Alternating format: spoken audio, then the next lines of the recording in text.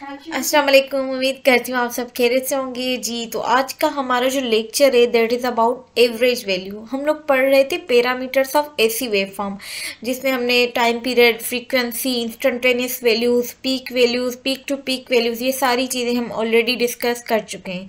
Now अब जो एक पैरामीटर है वो है एवरेज वैल्यू ऑफ, ठीक है। एवरेज बेसिकली क्या होता है, हम एवरेज 2 डिजिट्स का एवरेज चाहिए तो हम क्या करते हैं, a+b/2। 3 डिजिट्स का एवरेज चाहिए तो हम लोग कहते हैं 1+2+3/3, मतलब sum of individual divided by total numbers, उसको हम बोलते हैं एवरेज। अब अगर हम बात कर रहे हैं अल्टरनेटिंग क्वांटिटीज़ की और स्पेशली साइनोसॉइडल्स की, ठीक, वेव फॉर्म की, तो ये एक पूरी वेव फॉर्म है। अब इस पे हमें ये इंस्टेंटेनियस, किसी भी इंस्टेंट ऑफ टाइम पे हमने करंट मालूम किया, I1 फॉर एग्जांपल ये हुई, दूसरे इंस्टेंट पे करंट मालूम की ये हुई, तीसरे पे करंट मालूम की ये हुई, ठीक है।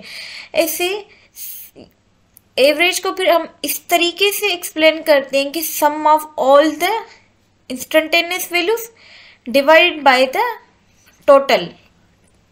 अब यहाँ पे टोटल सेकेंड टाइम वगैरह नहीं है, यहाँ पे है थीटा, क्योंकि अब ये फॉर एग्जांपल एक करंट का वेव फॉर्म है और current with respect to theta change हो रही है, ठीक। तो हम लोग सम करेंगे इंस्टेंटेनियस वैल्यूज का डिवाइडेड बाय बेस क्या है यहाँ पे, थीटा, ठीक। कितनी एंगल्स तक करंट की वैल्यू चेंज हो रही है, ये चीज़ है, ठीक।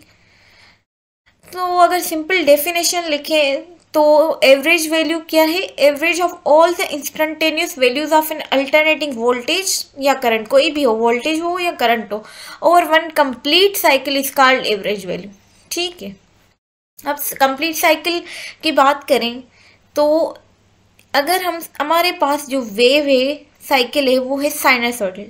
साइनसॉइडल में क्या होता है, यहाँ पे फॉर एग्जांपल +1, यहाँ पे +2, +3, +10 होगा, इस तरीके से अगेन कम हो जाएगी वोल्टेज या करंट। फिर यहाँ से नेगेटिव में स्टार्ट होगा, +, -1, -2, -3, -5, अगेन फिर डिक्रीज होना स्टार्ट करेगा। तो ये क्या होता है, प्लस वाली जो वैल्यूज वो कैंसिल कर देती है माइनस वाली वैल्यूज को। जब सम करते हैं ना, +2 रखा, +1 रखी, सारी चीज +5 तक गए, ठीक है। फिर यहाँ पे आ जाएंगी -1, -2, -3, तो ओवरऑल जो हमें मिलेगा, सम मिलेगा, वो 0 मिलेगा, ठीक। तो हम इन साइनोसॉइडल वेव फॉर्म, जो average value of full cycle होती है वो 0 होती है, तो हम यहाँ पे फुल साइकिल की एवरेज वैल्यू की तो बात करेंगे ही नहीं, हम यहाँ पे कंसीडर कर रहे हैं हाफ साइकिल की, ठीक। और अब इसके फार्मूले के पास चलें कि उसका फार्मूला एक्चुअली है क्या एवरेज वैल्यू का, तो वो है average value of current mean of the mid ordinates for, मतलब इसको छोड़ें, आप इस सिंपल फिगर को देखें, ये हमारे पास जितनी भी इंस्टेंटेनियस करंट्स आई इस हाफ साइकिल में डिवाइडेड बाय द बेस, आपको मिल जाएगी एवरेज वैल्यू। सिंपल फार्मूला, वैसे हम करते हैं सम ऑफ इंडिविजुअल वैल्यूज, वो इंडिविजुअल वैल्यूज है वो यहाँ से मिलेंगी, current different instant of time पे करंट्स, वो हमारे पास इंडिविजुअल वैल्यूज हुई।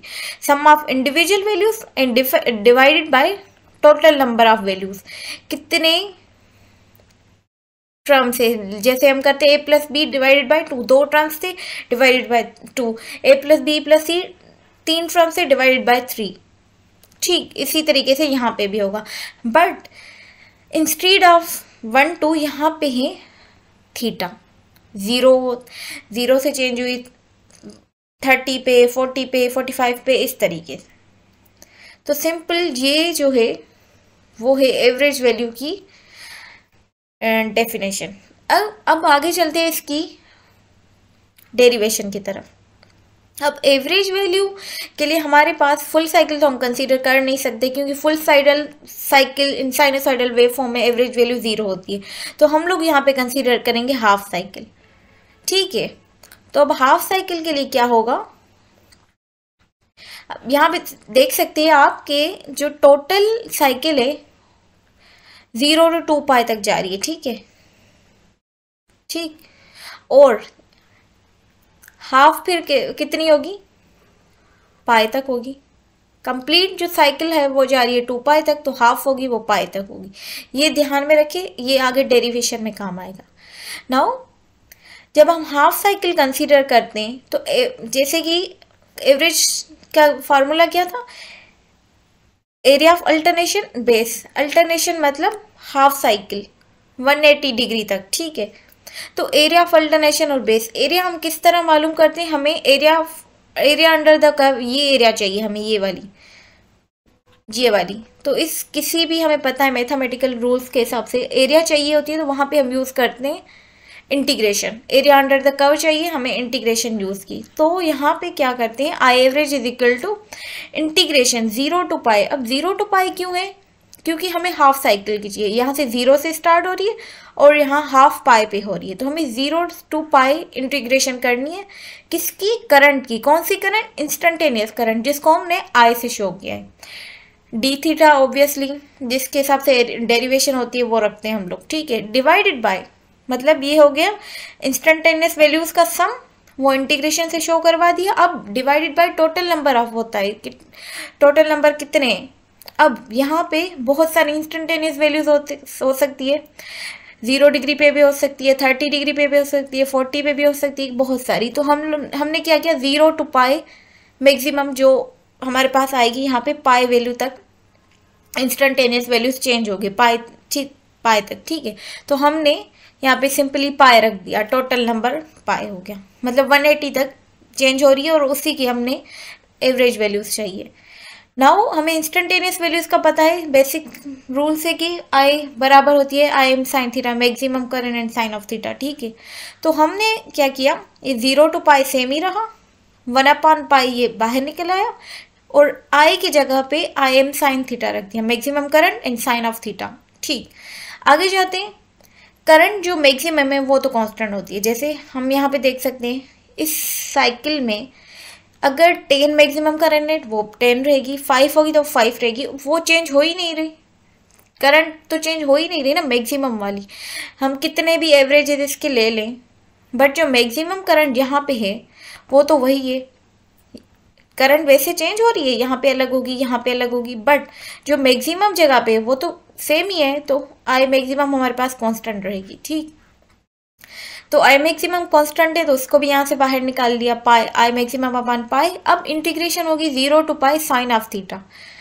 अब साइन थीटा की हमें पता है कि इंटीग्रेशन होती है माइनस कोस थीटा, तो साइन थीटा की जगह हमने रख दिया माइनस कोस थीटा, इंटीग्रेशन है 0 to पाई, ठीक।